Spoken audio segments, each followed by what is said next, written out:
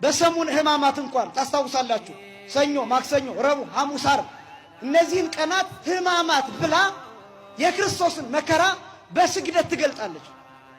ታውቃላችሁ የሰሙን ሕማማት ስግደት ከሰኞ ጧት ጀምሮ እስከ ስቅለት ዓርብ ማታ ድረስ በጠቅላላ ቁጥሩ 6666 ስግደት ነው።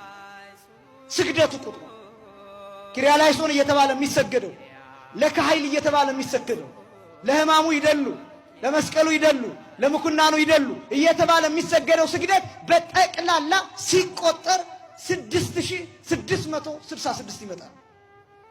ይሄ 6666 ቁጥር ክርስቶስ 6666 ጊዜ መገረፉን የምታስብበት ነው።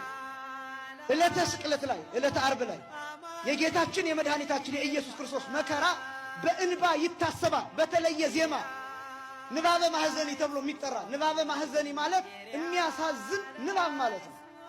በሚያሳዝን አንጀት በሚበላ ሊያስለቅስ በሚችል የሚዘም ዜማ ማለት ነው።